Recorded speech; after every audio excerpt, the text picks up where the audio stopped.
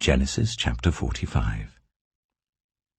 Then Joseph could no longer control himself before all his attendants, and he cried out, "Make everyone leave my presence." So there was no one with Joseph when he made himself known to his brothers. And he wept so loudly that the Egyptians heard him, and Pharaoh's household heard about it. Joseph said to his brothers, "I am Joseph. Is my father still living?" But his brothers were not able to answer him, because they were terrified at his presence. Then Joseph said to his brothers, "Come close to me." When they had done so, he said, "I am your brother Joseph, the one you sold into Egypt. And now do not be distressed, and do not be angry with yourselves for selling me here, because it was to save lives that God sent me ahead of you. For 2 years now there has been famine in the land, and for the next 5 years there will be no plowing and reaping. But God sent me ahead of you, to preserve for you a remnant on earth, and to save your lives by a great deliverance. So then it was not you who sent me here, but God.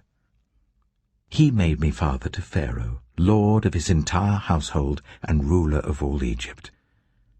Now hurry back to my father, and say to him, 'This is what your son Joseph says. God has made me lord of all Egypt. Come down to me. Don't delay. You shall live in the region of Goshen and be near me, you, your children and grandchildren, your flocks and herds, and all you have. I will provide for you there, because 5 years of famine are still to come. Otherwise, you and your household and all who belong to you will become destitute. You can see for yourselves, and so can my brother Benjamin, that it is really I who am speaking to you. Tell my father about all the honor accorded me in Egypt and about everything you have seen, and bring my father down here quickly." Then he threw his arms around his brother Benjamin and wept, and Benjamin embraced him, weeping, and he kissed all his brothers and wept over them. Afterwards his brothers talked with him. When the news reached Pharaoh's palace that Joseph's brothers had come, Pharaoh and all his officials were pleased. Pharaoh said to Joseph, "Tell your brothers, do this. Load your animals and return to the land of Canaan, and bring your father and your families back to me. I will give you the best of the land of Egypt, and you can enjoy the fat of the land." You are also instructed to tell them, "Do this. Take some carts from Egypt for your children and your wives, and get your father and come. Never mind about your belongings, because the best of all Egypt will be yours." So the sons of Israel did this.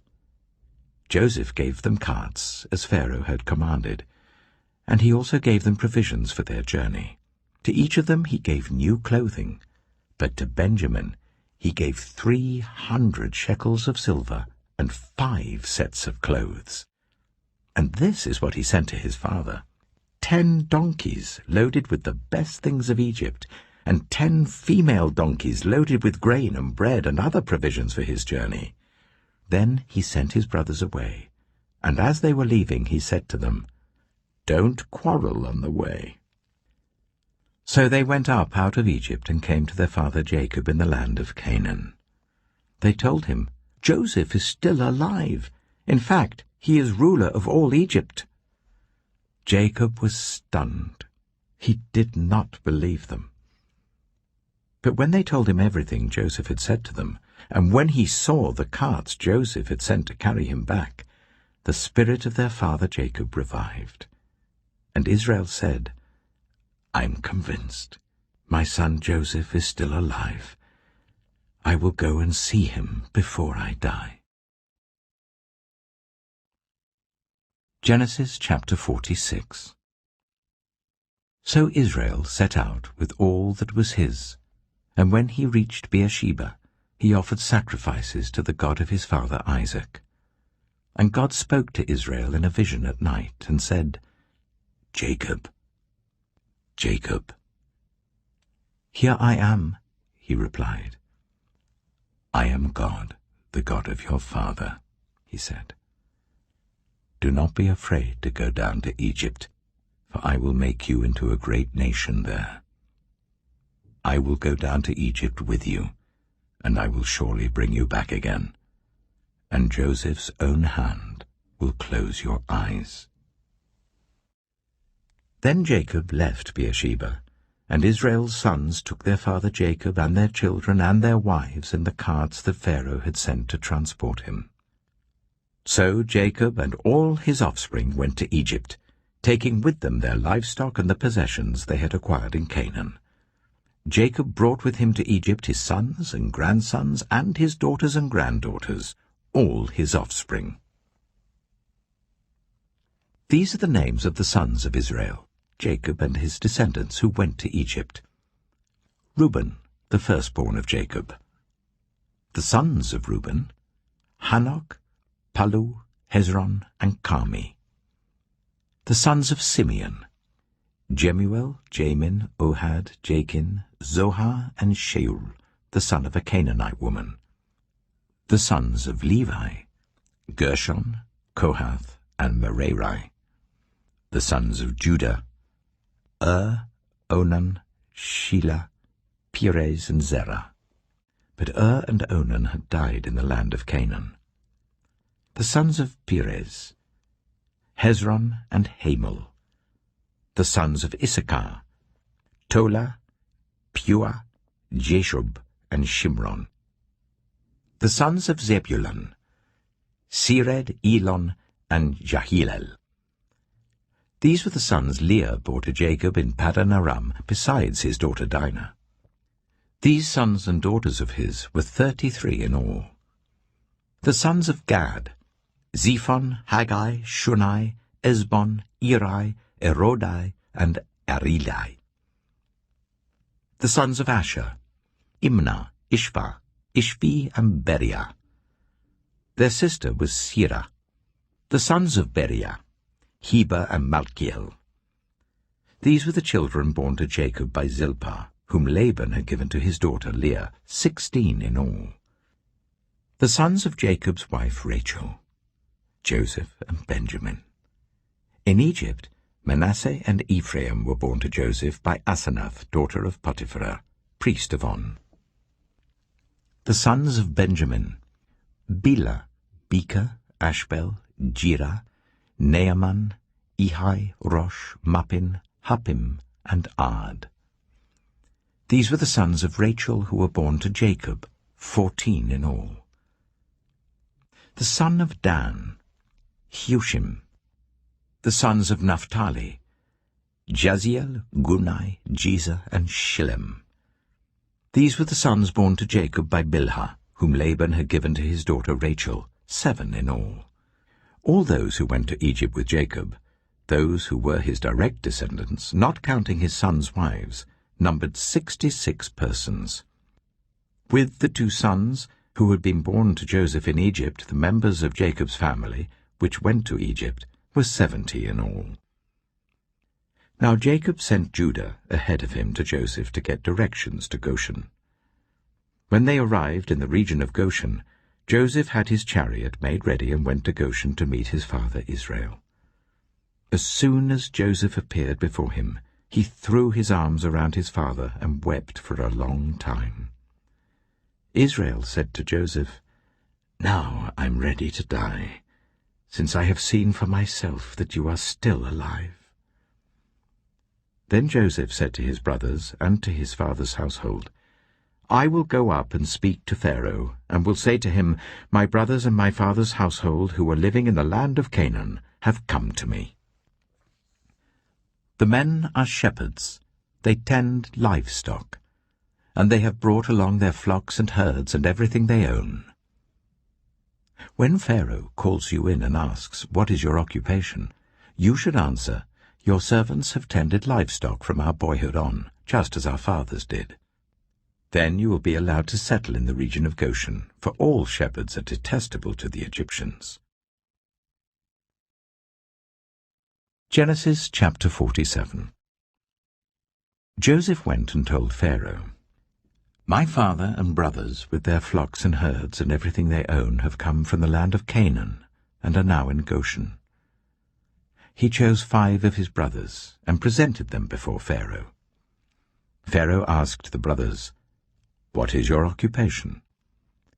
"Your servants are shepherds," they replied to Pharaoh, "just as our fathers were." They also said to him, "We have come to live here for a while because the famine is severe in Canaan, and your servants' flocks have no pasture. So now please let your servants settle in Goshen."